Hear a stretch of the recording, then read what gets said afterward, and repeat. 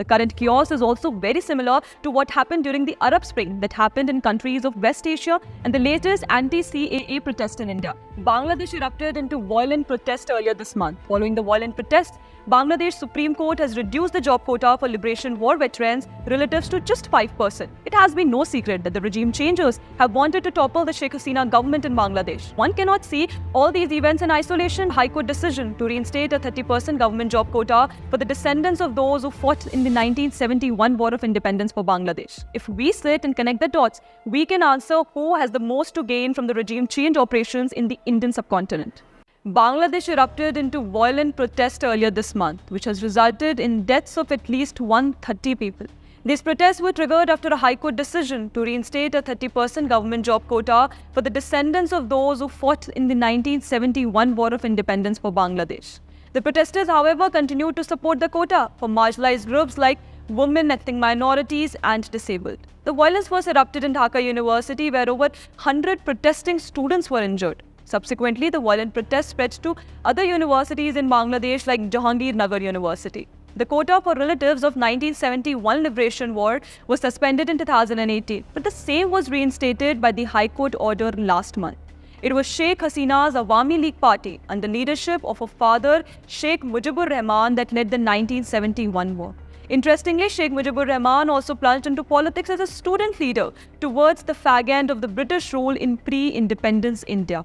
Following the violent protests, Bangladesh Supreme Court has reduced the job quota for Liberation War veterans relatives to just 5%. And while the tensions have come down in Bangladesh, political observers believe that foreign hand, especially America's involvement in fueling the protests. It has been no secret that the regime changers have wanted to topple the Sheikh Hasina government in Bangladesh. There were reports that ahead of the January 2024 elections in Bangladesh, Hasina was offered a smooth re-election if she were to approve an Air Force base in Bangladesh. While she never disclosed who made the offer, there were enough reasons to believe it was likely the United States that made such an offer.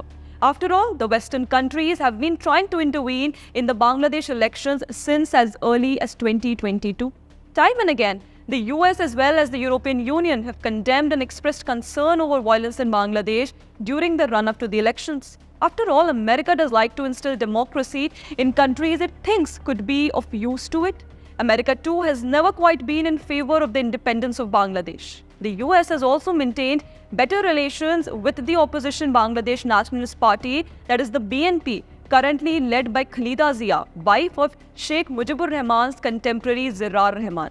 BNP has very close ties with the Bangladesh Jamaat-e-Islami, an Islamist organization which had sided with the Pakistani army and opposed the Liberation War of Bangladesh. Many Jamaat leaders were sentenced to death for committing war crimes in the 1971 war and is often accused of using Islam to do politics. Now, amid the US cozying up with Khalida Zia-led BNP and the Jamaat, Sheikh Hasina had recently alleged creating a Christian state in the Indian subcontinent comprising of parts of Bangladesh, Myanmar, currently inhabited by Rohingya Muslims like East Timor.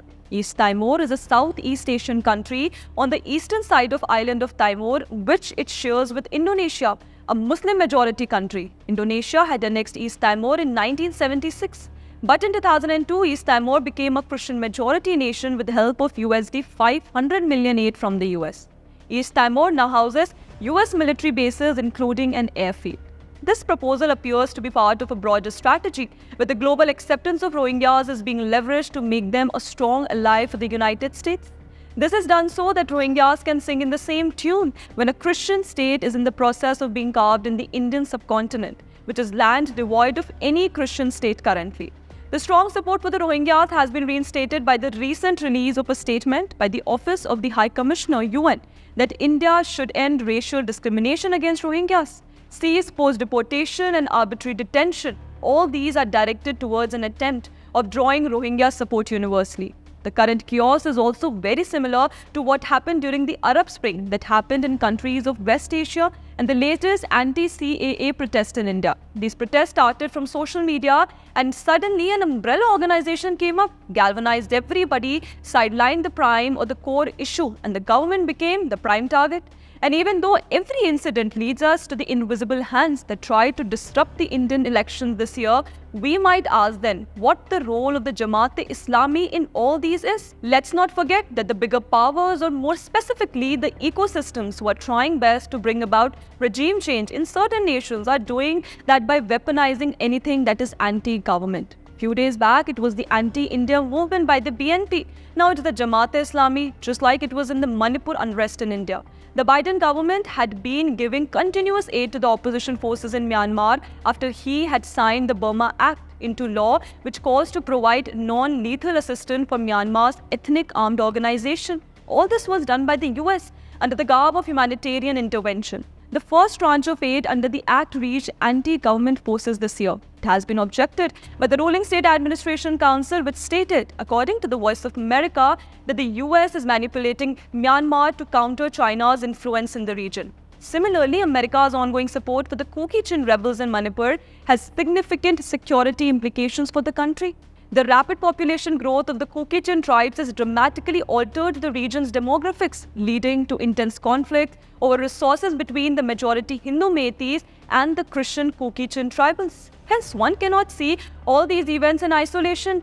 India is the fastest growing world economy, and surely the US and China are not too happy with the way India is progressing.